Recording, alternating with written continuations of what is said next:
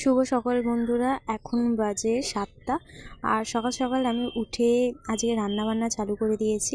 যেহেতু ছেলেটা বাড়িতে নেই, তো স্কুলে যাওয়ার টেনশানটাও নেই আর চাপটাও নেই, তাই জন্য স্কুলে যাওয়ার টাইমটা থাকলে রান্না করার টাইম পাই না। ওই জন্য কাজ দিয়ে এসেই রান্না করি।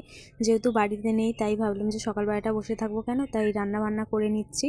আর রান্নাবান্না করে তরকারি করে আমি কাজ দিয়ে এসে করব ভাত। আর এখানে দেখো রান্না করছি হচ্ছে বিন কড়াই আলু দিয়ে ঝাল, আর হবে হচ্ছে একটু মাশরুম।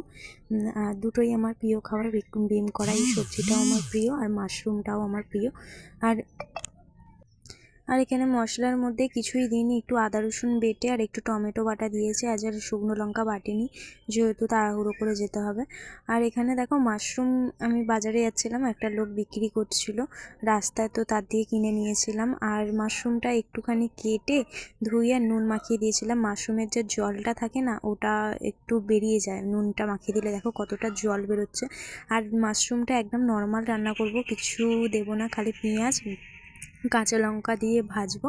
একটু নুন তো মাশরুমে মাখিয়ে নিয়েছি, আর ওইটা মাশরুম ভাজা আর তরকারি দিয়ে খাওয়া যাবে। আর মাশরুম ভাজাটা দারুণ লাগে খেতে। আর এখানে দেখো মুড়ি ফুড়ি খেয়ে আমি টিফিন নিয়ে ব্যাগ নিয়ে চলে গিয়েছিলাম কাজে। আর কাজেতে যাওয়ার সময় কাজে গিয়ে সবাই বললো যে চলো আবার টিফিন করতে যাব, তো 12:30টার সময় একটু খেয়ে নিচ্ছিলাম পেটাই পরোটা কাজের জায়গায় এসে। আর মেন রাস্তা দেখো ওখানে রোড, আর আমি ওখানে খেয়ে নিচ্ছি। তো চলো আবার পরে দেখা হবে।